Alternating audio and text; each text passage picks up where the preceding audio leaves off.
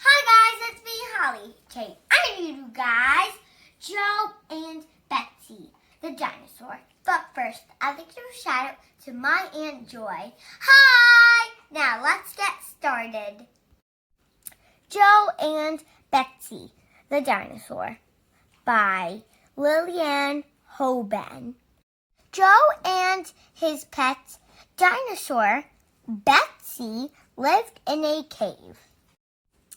On nice days, they played tag with their friends on the plain. On rainy days, they played hide and seek with their friends in the forest. One day, it snowed and none of their friends came out to play. Now what can we do? Asked Betsy. All of our friends are staying snug and warm at home. We could visit them, said Joe. Maybe their mamas and papas would invite us in, and we can be snug and warm too. So Joe and Betsy put on their mufflers and hats and went visiting. First, they went to visit the lion family. On the way, they came to a hill near a pond. Yay! Yelled Joe. The pond is frozen. He ran down the hill and went slipping and sliding over the ice. He twirled around and around. This is fun, he called. You try it, Betsy. Betsy slid down the hill. Kerplunk! The ice broke into 1,000 pieces. Big chunks flew up in the air. Icy water rained down. Uh-oh, said Joe. I forgot how big you are. I'm all wet, said Betsy.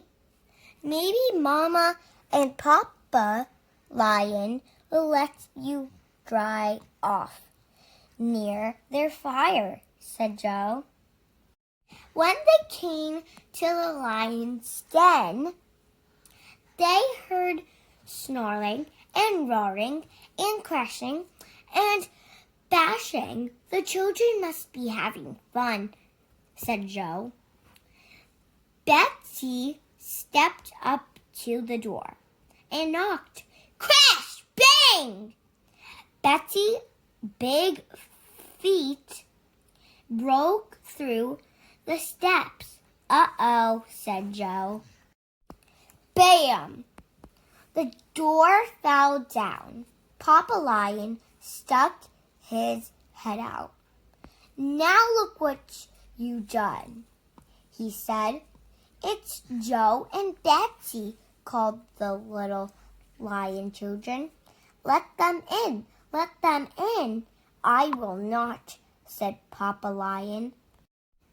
Betsy is too big, and there are too many in here already, called Mama Lion. I think we better come back some other time, said Joe. That's right, said Papa. Come back when you can play outside. He picked up the door and slammed it shut. I'm cold, said Betsy. I thought we were going to be snug and warm. Let's visit the bear family, said Joe. Maybe they will invite us in for tea and honey.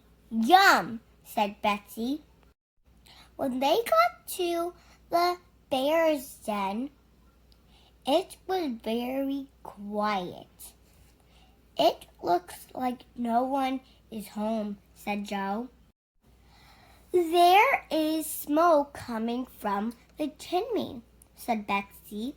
I will see if they have the kettle on. She rested her chin on the chimney and looked down. Smoke tickled her nose. Kerchoo! Betsy sneezed and the chimney tumbled down. Uh-oh, said Joe. Slam! The roof caved in. Uh-oh, said Joe. Wah, wah, wah. A baby cub wailed. Mama Bear stuck her head through the hole in the roof. You woke up the baby, she said, and growled just when he fell asleep. Go play someplace else, yelled Papa Bear. You're too big for your own good. Maybe we better go home, said Joe. So Joe and Betsy went back to their cave. It was cold and it was damp and it was not a bit cozy. I wish I could make a fire, said Joe. But we have no wood. The forest is full of trees, said Betsy. Trees are wood.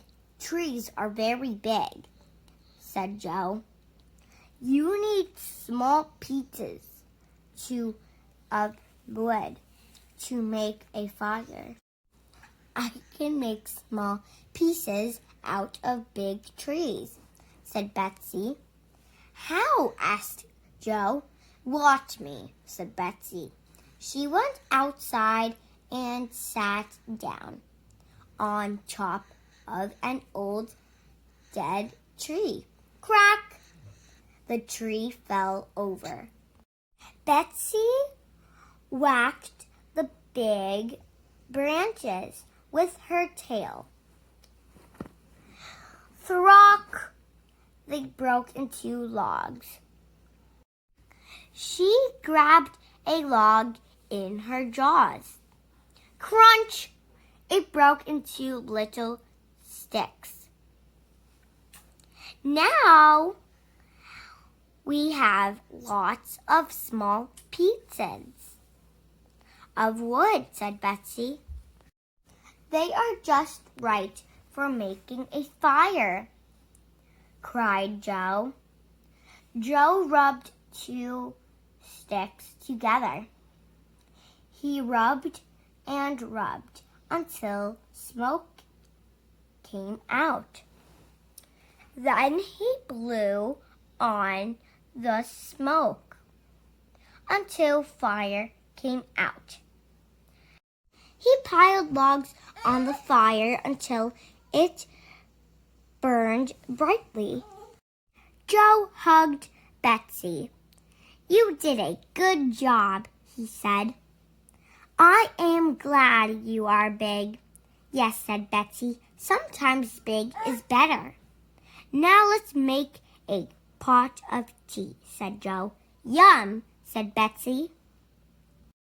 Joe and Betsy sat near the fire and drank their tea, and they were toasty, warm, and cozy together.